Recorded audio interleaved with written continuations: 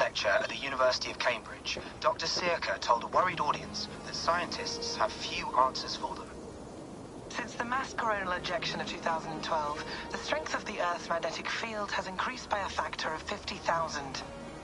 This has resulted in huge disturbances in radio and satellite communications, dangerous bands of radiation around the poles, and as we can all see from our window, an aurora borealis that never burns away. Unfortunately, we are stumped as to why this is happening, and if we cannot find an answer soon, it may change the way we live, the way we communicate, even the way we evolve forever. Dr. Sirka went on to say, "Bought you more electrolytes? Oh, new and improved citrus flavor." Thanks, Sean.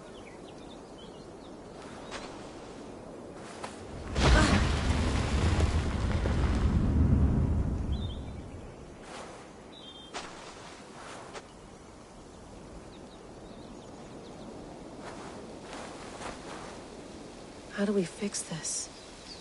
How are you the key to everything?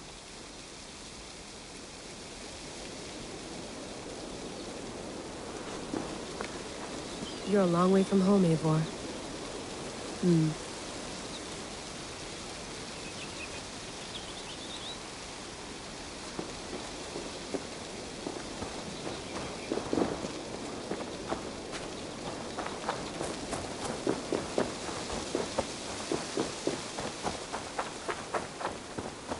Did you get my tea? Oh, mint tea is not actually tea, Bex. It's an infusion. It's really just dirty, minty water.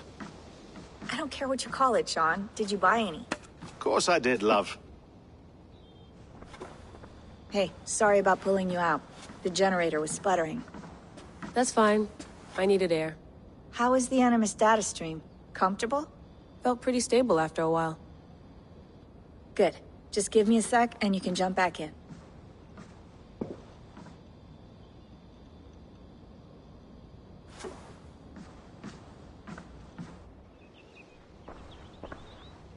Another satellite came down.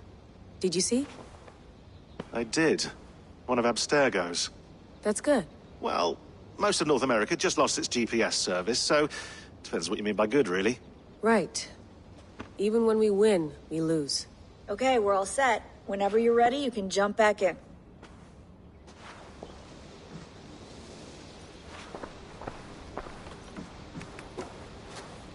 I went through hell to bring you here. It had better be worth it. Let's have a look.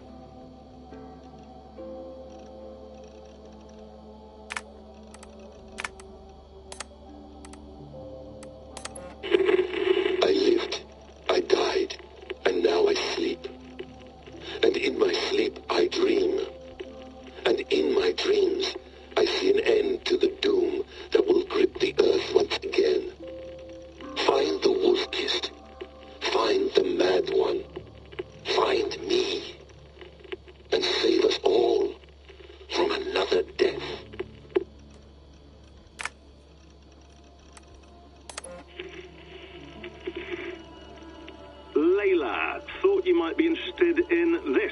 Conversations that Bex and I had with Desmond back in 2012.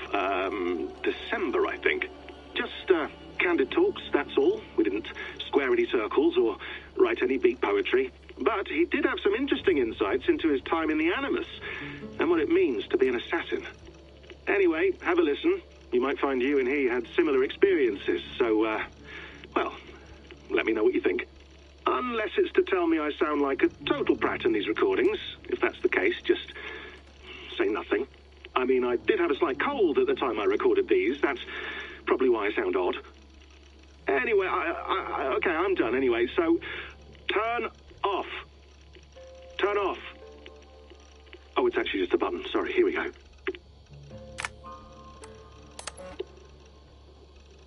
No, come on, Sean. Turn that thing off. Oh, hold on. I like what you said there. I want to get this for posterity. Say it again, nice and loud. Seriously? Sure, come on. If nothing else, it'll give me leverage with your old man. Ah, that's your angle. Nice. What I said was, I wish I hadn't been born into the Assassins. I wish I had chosen this life. Is that good enough? Sure, but why is that?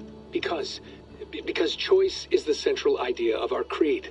It underpins everything, right? It's about free will. It's about seeing the evidence before you and saying, yes, this is what I want. Or, no, this isn't for me. But when you're born into a group like this, or any other, like I was, you get mixed signals. You get told over and over again, this is what we believe. These are the rules. This is reality. No deviation. And if you question it, oh, they look at you like you killed a puppy. That's hardly free will. It's a weird irony when free will is your central belief, but nobody wants you to believe otherwise.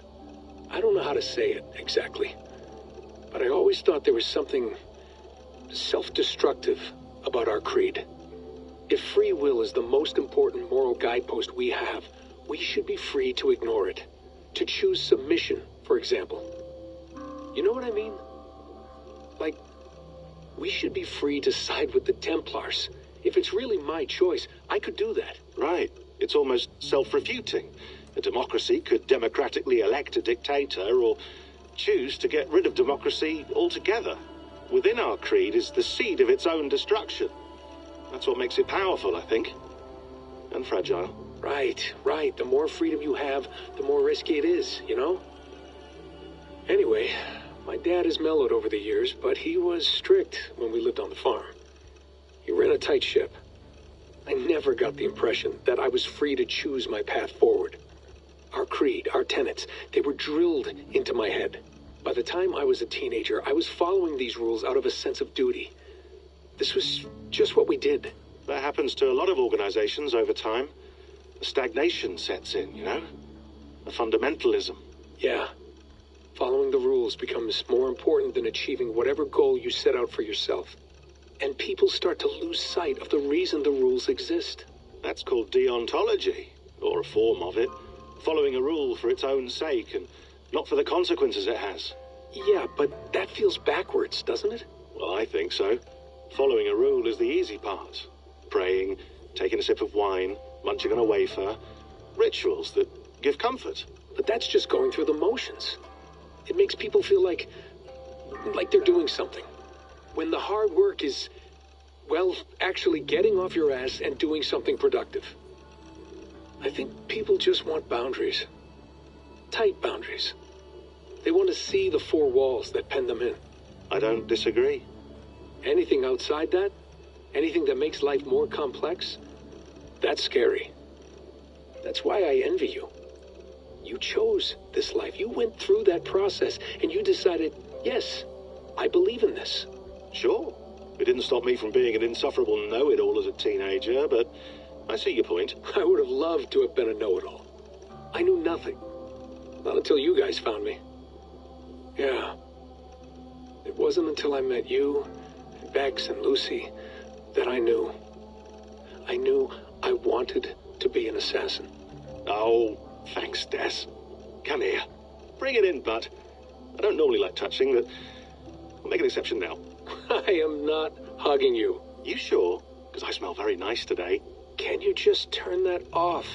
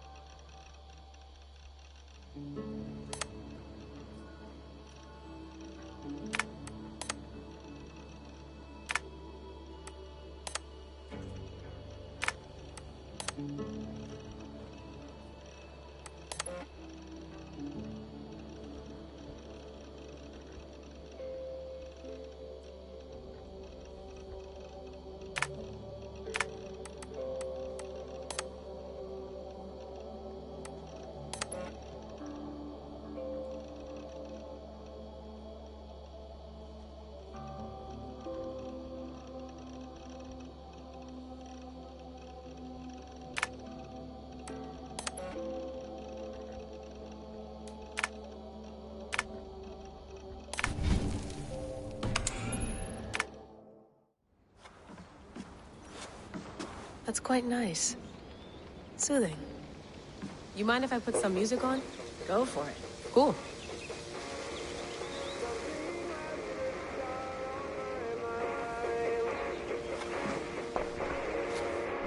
Hello, Layla. Sean, what do you make of the grave out there? Well, it overturns a few hundred years of scholarship about the first Europeans to set foot in North America. Apart from that, it's just a bunch of muddy bones, isn't it? Can we talk about this thing on my neck for a second? Ah, the mood stabilizer. Yes. It's not harmful, is it? I mean, I feel good, but I want to make sure there's no side effects. There shouldn't be. It's only blocking outside signals, a passive effect. So the staff doesn't, you know, mess with you. Sean, what happened last year, I had no control over that. I tried to resist. I understand. And your old team, maybe they don't. But we've seen that sort of thing before. Still, if you want to work with us and get to the bottom of why the world is about to end for the second time in 8 years, then you wear that thing until we say otherwise. William's orders. I know. It's not a problem. It's just a few more weeks, yeah? Just until we figure this out. You're right. I know you're right. Sean has been busy.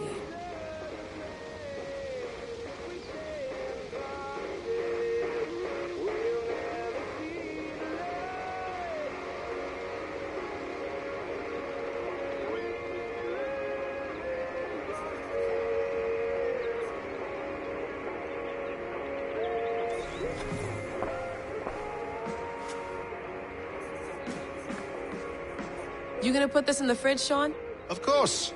In half a minute. Remember, tomatoes go on the counter, not the fridge. Please enjoy your stay. Remember, all the garbage must be packed out, and please water the plants once a day. Yeah, I won't remember that.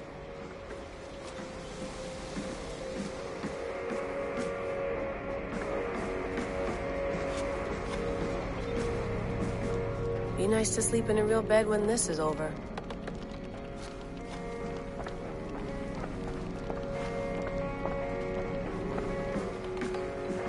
Feeling okay? Better. But I'm worried that it could happen again. The two data streams. I can't promise it won't.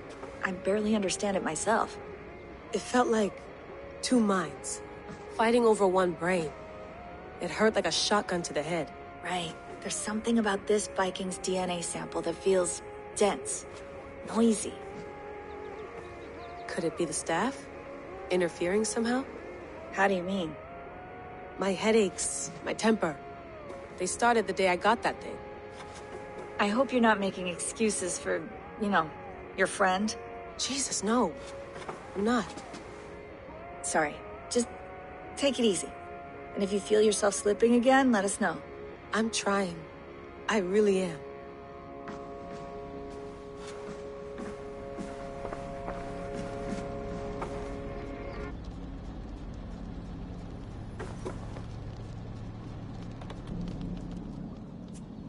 All right, time to go. Norway to England takes about a week by long ship, so I'll scrub ahead.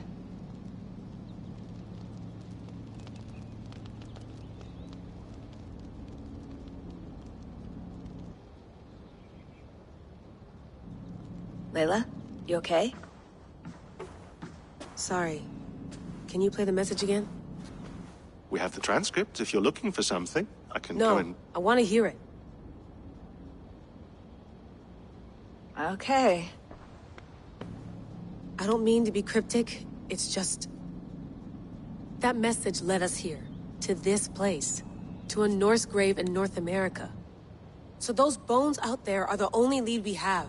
Our only chance at fixing this planet before it's too late. Here it is. I lived, I died, and now I sleep. And in my sleep I dream. And in my dreams I see an end to the doom that will grip the earth once again. Find the wolf-kissed. Find the mad one. Find me. And save us all from another death.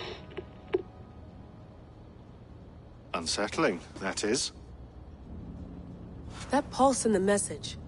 Are you sure it's just coordinates? Nothing else? Nothing I can find. Okay, I'm ready. Here we go.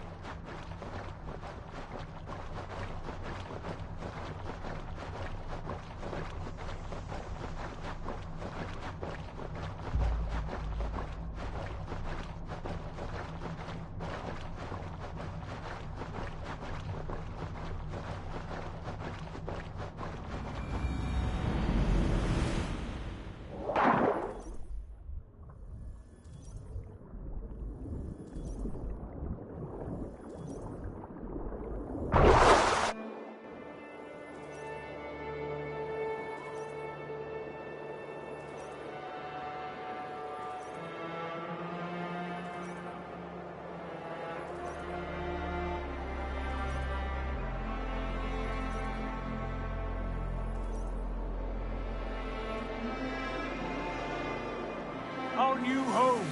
Not a patch on Norway, but we'll make this land our own soon enough. I'm glad to see any land at all. And will be happy to have my feet on solid ground.